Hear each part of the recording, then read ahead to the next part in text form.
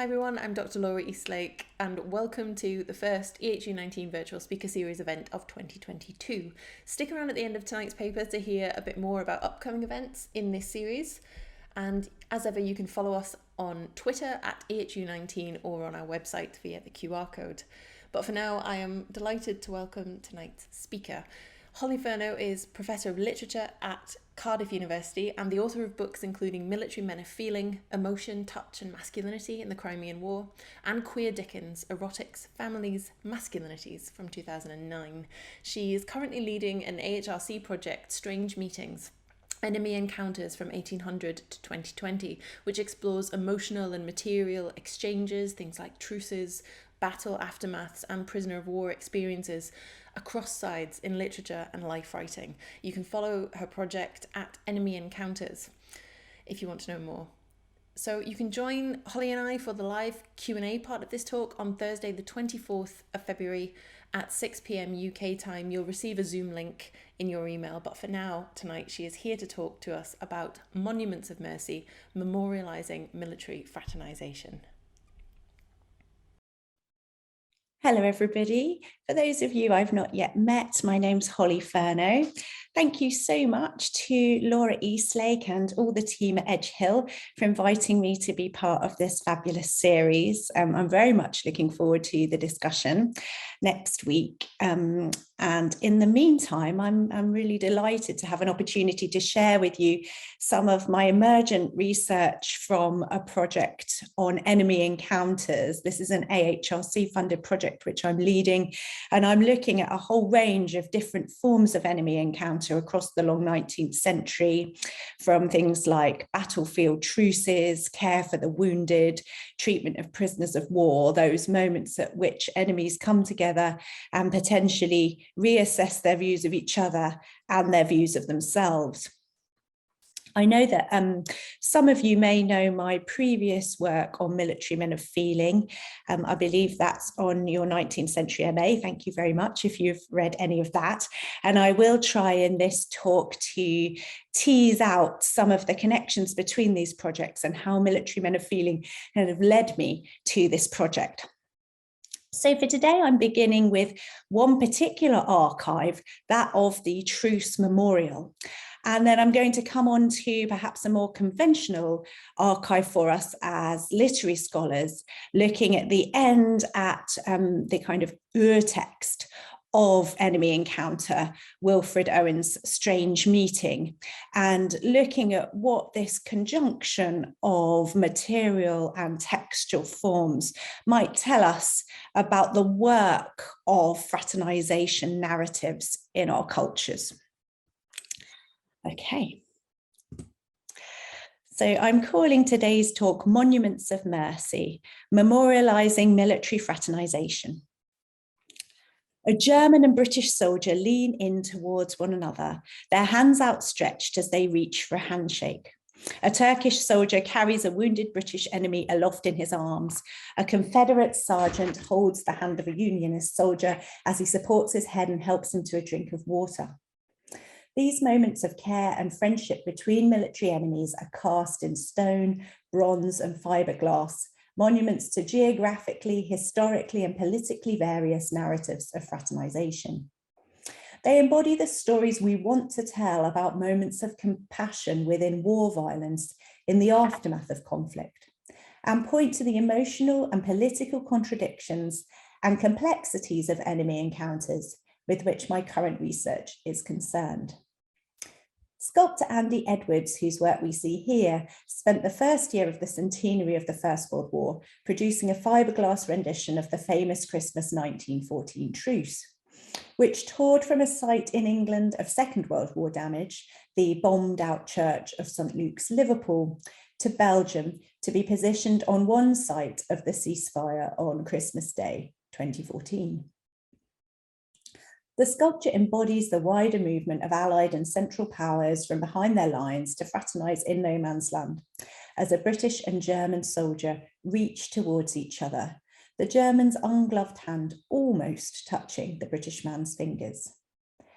Between them is a football, invoking what Edwards calls the most famous game of football ever played. Edwards titled his sculpture All Together Now, in reference to the song by indie rock band The Farm, which inspired him. This song was also covered at Christmas night 2014 by a for charity project, the Peace Collective, with celebrities singing alongside boys from British and German football clubs in English and German. The song's lyrics spell out the celebration of international harmony central to memorials of fraternisation. I won't sing it, I'll just give you a line of the lyrics. Countries' borders were out of sight when they joined together and decided not to fight. Edwards' interpretation tempers the realised unity of the Farm's emphatic when they stopped fighting and they were one. He explains that his figures are not quite touching, but their hands form a space, inviting the viewer to insert their own hand to complete the union. By leaving this space, Edwards presents the sculpture as inviting, quote, a moment for reflection on how far we are from true brotherhood. Monuments to fraternisation more typically use moments of friendliness and care between sides to just suggest thicker lines of cross-national relationship. The huge sandstone Ari Bruno Memorial, built in 1985 at Gallipoli, carries a quote attributed to Mustafa Kemal Ataturk, an Ottoman army field marshal in the First World War and later first president of the Republic of Turkey. So just to read the inscription here, those heroes who shed their blood and lost their lives, you are now lying in the soil of a friendly country. Therefore, rest in peace. There is no difference between the Johnnies and the Mehmets to us, where they lie side by side here in this country of ours. You, the mothers who sent their sons from faraway countries, wipe away your tears. Your sons are now lying on our bosom and are in peace. Having lost their lives on this land, they have become our sons as well. Ataturk, 1934. The memorial marks a significant moment in post-war international relations, as the Turkish government recognised the name Anzac Cove for the place where Australian and New Zealand troops landed 70 years earlier. The same quotation is incorporated into Australia's Kemal Ataturk Memorial in Canberra, reciprocally built in 1985, the only memorial on Anzac Parade to an enemy commander. The memorial's text offers a promise of posthumous cross-national brotherhood. In death, the Anzac and other Allied soldiers killed in Gallipoli gained dual citizenship, joining the Turks' national family as your sons become our sons as well.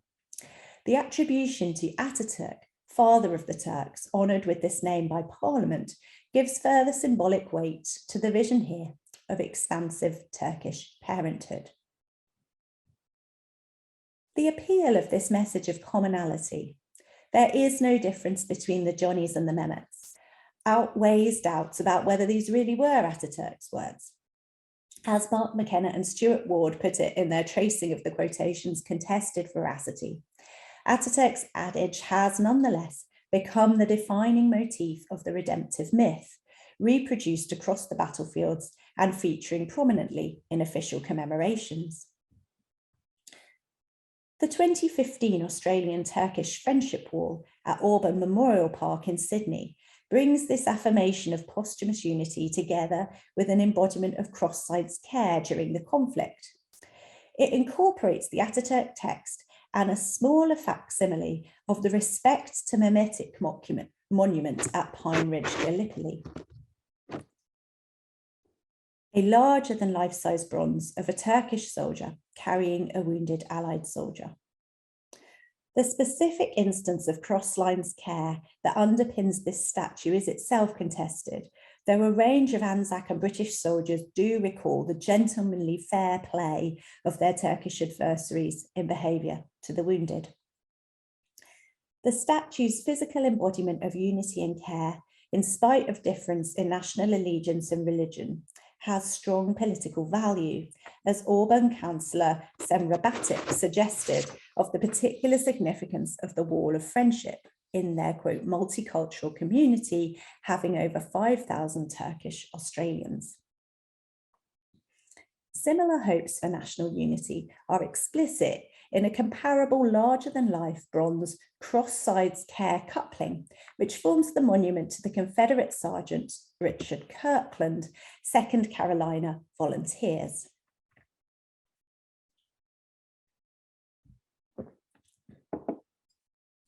Erected in Fredericksburg in 1965 at the centenary of the American Civil War, the front plinth describes Kirkland as this American soldier of sublime compassion who brought water to his wounded foes at Fredericksburg.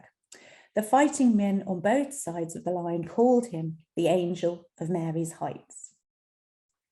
The Kirkland Memorial enhances the angelic inscription by taking the form of a pieta, like the Respect to Mimetic monument, with Kirkland and the Turkish soldier taking the position of Mary and their supported enemy occupying the place of the dead Christ, her son.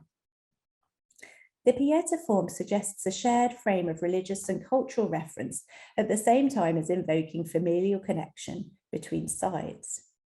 The transformation of combatant into grieving Madonna invokes a range of emotional attributes traditionally gendered feminine: empathy, care, sorrow, displacing supposedly masculine warrior characteristics of righteous ferocity and stoicism. These figures of exemplary care operate, to use the terms of my earlier work, as military men of feeling. They embody laudable, unthreatening qualities that, rather than making a case for peace, can help reconcile cultures to their participation in war. In Military Men of Feeling, I explored the ways in which gentleness is tactile and political. So the compassionate gentleman soldier became a popular figure during the rethinking of class relations over a period of franchise extension in Britain. What I didn't say then, and I think I should have, and I'm putting that right in this project, is that exemplars of British soldierly gentleness also enabled a celebration of a specifically white, supposedly highly civilized way of war, which helped to support imperial ideologies of racial superiority.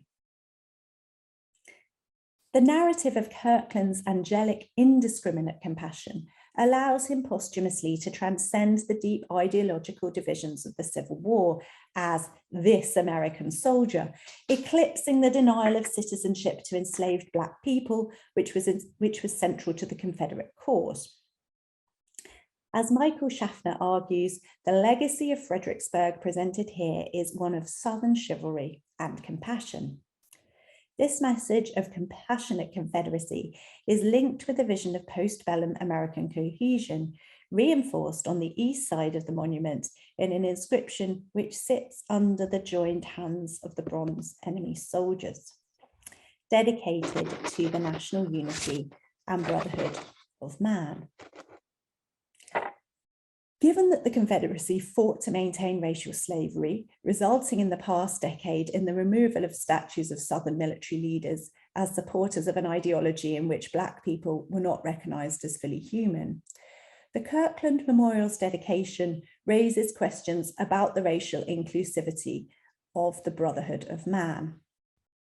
As Lauren Thompson concludes in her work on friendliness between enemies in the American Civil War, Fraternisation was exclusively between white men, a ritual denied to Black men and would be indicative of race relations in post-war America. During the war and after it, Thompson argues, white men chose to reunite at the expense of people of colour. Though the Civil War centenary was at a peak of renegotiation of race relations through the civil rights movement working against segregation and discrimination, the racial politics of Kirkland's story were completely subsumed under a Cold War emphasis on American unity. As Vincent Caviglia has shown, Kirkland's family history of slave owning was unmentioned, while Dr. Richard Lanier, who spearheaded the campaign for the memorial, wrote fundraising letters that promoted Kirkland as a symbol of a unified nation. This is one of Lanier's typical style of letters, saying, "These are critical days in our history when the free world must stand or fall against the tyranny of international communist conspirators. It is important that all of our citizens, North, South, East, and West, forge new bonds of friendship amongst ourselves." Presented as an inclusive American story, Kirkland's narrative has continued to sidestep controversies about Confederate commemoration as memorializations of racism. Kirkland relieving a Union soldier was dedicated in 2001. This is one of the various Kirkland memorials around the States, as the centerpiece of the entrance to the National Civil War Museum in Pennsylvania. And the sculptor of this statue, Terry Jones, writes the statue's plinth, which concludes that soldiers in blue and soldiers in grey repeated this incident many times throughout the Civil War. This moment of mercy sculpture pays homage to them and the uniquely American spirit of aiding those in need.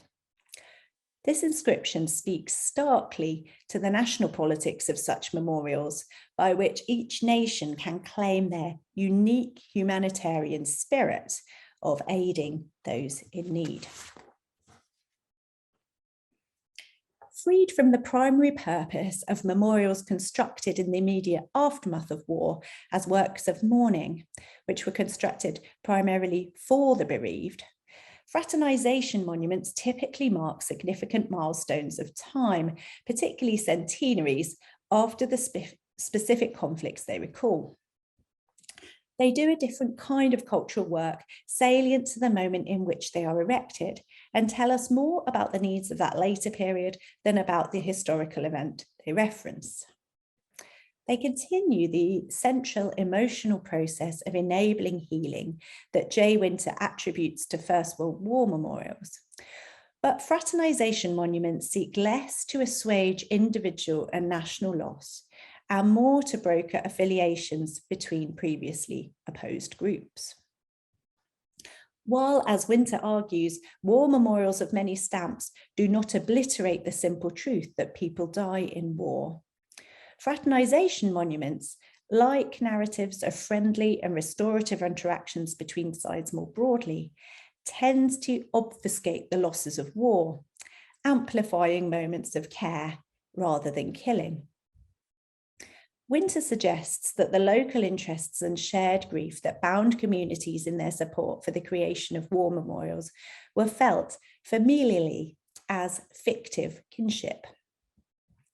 Fraternisation memorials extend that sense of kinship beyond the local to create international affiliations between those on either side remembering former conflict. They create this expansive sense of cross-national brotherhood, however, at the expense of other exclusions. While these memorials can support an aspiration to greater multicultural harmony, as in Auburn's Wall of Friendship, they present encounters between white men rendered as physically similar through their bodies and facial features and through the casting of figures through the same medium of statuary. This doubling is particularly well presented in the careful symmetry of Edward's All Together Now, in which the English and German soldiers are rendered as identical in height, build, and gesture, the mirroring of their reach towards one another, almost forming a heart. It's more complex, I think, in the case of the respect to mimetic monument. Here, the Turkish soldier is distinguished by the moustache typical of Ottoman troops in World War I and distinctive footwear, but in his hypermuscularity represents the epitome of ideal Anzac hardy manliness. In the Turkish soldier's embodiment of a celebrated style of muscular Anzac masculinity, this statue participates in Turkey's self-presentation of whiteness and Europeanness in the 20th century. Murat Egan suggests that Turkey strategically positioned itself in this way as modernity and civilization have been so firmly established as the exclusive characteristics of the white European. Egan's argument resonates with Lisa Lowe's exploration in Intimacies of Four Continents of how, as modern liberalism defined the human and universalized its attributes to European man, it simultaneously differentiated populations in the colonies as less than human. The affirmation that there is no difference between the Johnnies and the Mehmets of the Ari Bruno Memorial then participates in wider efforts to establish white European Turkish ancestry. It also takes part in the exclusionary national forming of the Australian subject as white and male to the exclusion of the indigenous population, which Christine Sylvester has discussed as part of the work of Gallipoli memorials.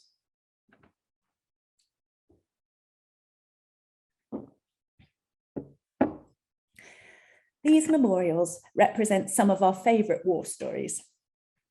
Through the First World War centenary, we saw multiple retellings of the 1914 Christmas truce, or more accurately, Christmas truces, and more accurately, not only 1914 but 15, but as, in the mythology of it, it's been enshrined as a unique, exemplary moment attributed to one event, one moment in time. We saw this reenacted in a Sainsbury's Christmas advert, and in commemorative football games, in popular poetry, and in a wealth of reenactments. Peter Hooton, lyricist for the Farms All Together Now, which gave its name to Andy Edwards' 2014 football statue, described his own attraction to the narrative of the Christmas truce as, quote, a story of hope and peace which should be told over and over again. Our attachment to these memorials as offering hope and peace through a promise of international brotherhood feels to me like a form of what Lauren Ballant calls cruel optimism. As Ballant defines it, cruel optimism is a relation of attachment to compromised conditions of possibility, whose realization is discovered either to be impossible, sheer fantasy, or too possible and toxic. Though truce memorials suggest a future in which enmity is eclipsed by fraternal feeling, a future ultimately without war, the violent exclusions embedded within their rendering of fellowship makes this an impossible fantasy. These monuments, as is so strikingly clear in the example of the Kirkland Memorial and its recent reinscriptions, promise an international brotherhood that is white and male. These discoveries of brotherhood are also made without reference to sisters. These monuments are exclusively dedicated to intimacy between men, suggesting the ways in which fraternization narratives often indulge male fantasies of a world uncomplicated by women. Degrees of inclusion and exclusion are central to the negotiations of kinship embodied in this statuary and in wider narratives of enemy encounter. Feelings of commonality are set against differences between others, including civilians at home, especially women, different military ranks and classes, and those deemed insufficiently civilized to participate in humane warfare. So in this final section, I'd like to explore some of these ideas further through the best known piece of literature of enemy encounter, Wilfred Owen's 1918 poem, Strange Meeting. And I've included a link to the poem at Poetry Foundation should you wish to remind yourself of this really fascinating and strange poem. Just to quote a little bit of it straight away, this is a posthumous account of two soldiers of opposite sides meeting each other after the death of at least one, possibly both of them. And the first soldier opens the dialogue in this section. "Strange friend," I said, "here is no cause to mourn." And at this point, the poem becomes given over to the enemy soldier, who takes then the majority and right to the end of the poem. "None," said that other, "save the undone years, the hopelessness. Whatever hope is yours was my life also. I am the enemy you killed, my friend. I knew you in this dark, for so you frowned yesterday through me as you jabbed and killed. I parried, but my hands were loath and cold. Let us sleep now." So you can see in that short top quotation, whatever hope is yours was my life also, that this is a poem variously concerned with the commonality between the soldiers on either side. At draft stage, the enemy was explicitly identified as the German whom you killed, a German conscript, and your friend. And in an initial version of Strange Meeting, Owen also specified the racial likeness of combatants, as well perhaps as the blanching of fear and exhaustion in a description of the enemy's strange white face. The final poem retains substantial common ground between the adversaries. They share a European classical education, comfortably making elite literary reference back to bloodied chariot wheels, citadels, and wells. They also, of course, share war experience, which sets them apart from civilians at home. This has been really interestingly discussed, the idea of combat Gnosticism, that those who were not at war could not possibly fully understand the unique experiences. And in my project, I'm really interested in the concept of combat Gnosticism and how that forges connection across sides, but through exclusion with those at home, and how it can also this is maybe quite a difficult thing to say about Owen, given his place as a kind of leading figure in a pantheon of pacifist poets. I think the emphasis on war as creating unique, untellable experience can also, in a way, promote it as a unique event that is a crucible of person forming these almost beyond human, remarkable figures of masculinity.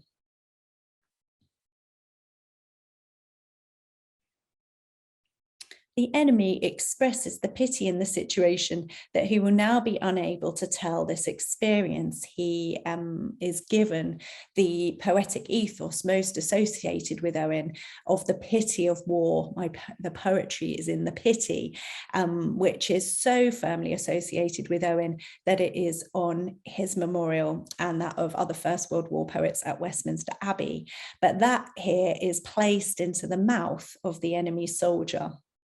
And the sort of imbrication of Owen's own feelings, poetic ethos, and that attributed to the soldier gets even more complicated as we recognise that a large part of the enemy's speech was taken from a draft, a heartfelt fragment that Owen had written to his beloved Siegfried Sassoon, urging him to survive in order to tell war truths. So the form of the poem blends Owen's voice with that of the dead enemy, setting them up as men of shared fine sentiment and understanding.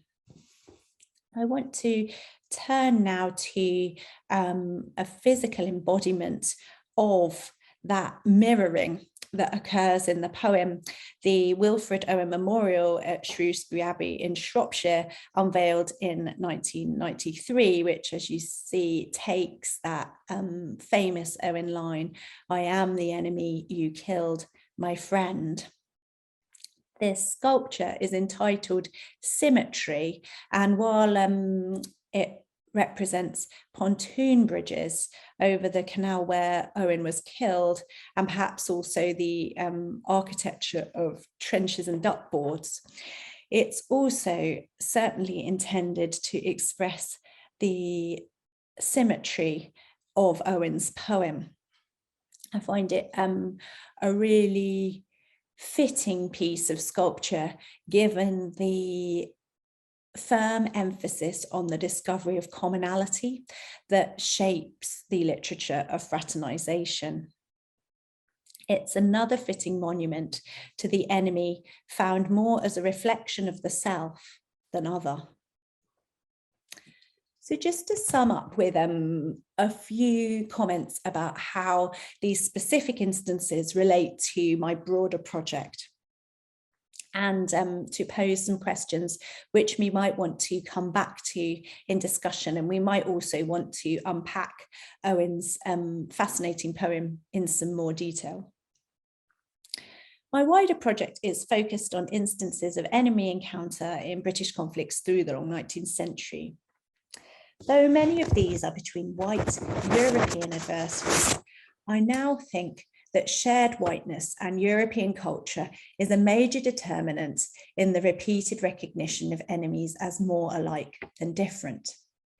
I am comparing some colonial wars and looking at how far commonality can be found in encounters between predominantly white and black forces. I do find grounds for hope in how often British soldiers and war correspondents feel compelled to ask difficult questions about what constitutes civilized war. Very often, both in European and colonial encounters, they raise the question about a presumed binary of civilized, uncivilized, refined, brutish, gentle, cruel. Those kinds of assumptions are very often called into question, both by the behaviour of the enemy, but also by a recognition of the ways in which British soldiers fall short of those ideals in their behaviours to the enemy. So to take some hope, I've spoken about cruel optimism, and then I'm wondering, like, what is the grounds for hope in my project? Because I've taken a fairly skeptical look at the way that fraternisation narratives resound in our culture. And I don't want to do the kind of paranoid reading that Sedgwick cautions us against. I'm much more committed to a reparative project that recognises the emotional pull of these really often vivid and moving accounts of rethinking that happen in the moment of enemy encounter. So I've said I've found some hope in the way those binaries of civilized, uncivilized are disrupted, and the way in which questions are raised about the supposedly exemplary humanity of the British way of war. Personal encounters with the enemy can lead to examples of existential doubt about white racial superiority, though in examples I've looked at so far, that has a limited immediate effect on the waging of war. Though it is eclipsed by the frozen narrative of care in truce memorials, my project is also dealing with a challenge vividly demonstrated by Owen's strange meeting. Fellow feeling with the enemy in this poem and so many literary and first-person soldier accounts is no barrier to killing him. Is it preferable then to wage war in recognition or denial of a shared humanity with one's enemy, when the net result in either case is people die? So having left you with the largest conundrum of my project at the present, I very much look forward to thinking through some of these things in your company soon. Thank you very much for listening, and I'll look forward to the discussion. Thank you very much, Holly, for that talk, and thank you to you for listening in. Don't forget, you can join Holly and I for the Q&A via Zoom on Thursday the 24th of February at 6 p.m. If you have any questions, you can ask them in the chat there. We can switch on your microphone if you wish, and you can chat to us in person. Or you can tweet us ahead of time if you can't make it, but there are things you really want to ask. And I'll finish now by just telling you a little bit about upcoming events in our series. The next event in our virtual speaker series will be happening on Thursday the 17th of March, when Professor Devaney Lucer from Arizona State University is going to join us to talk about 19th century sister novelists Jane Austen and Jane and Anna Maria Porter, which is going to be wonderful, as is on the 28th of April, Dr. Claire Clark of Trinity College Dublin talking about a shrine of pilgrimage, dark tourism in late Victorian newspaper Ripper reportage. So keep an eye on our Twitter for joining links and booking links for those. And for now, we will see you on Thursday the 24th of February, 6 p.m. for Monuments of Mercy Q&A. Thank you very much.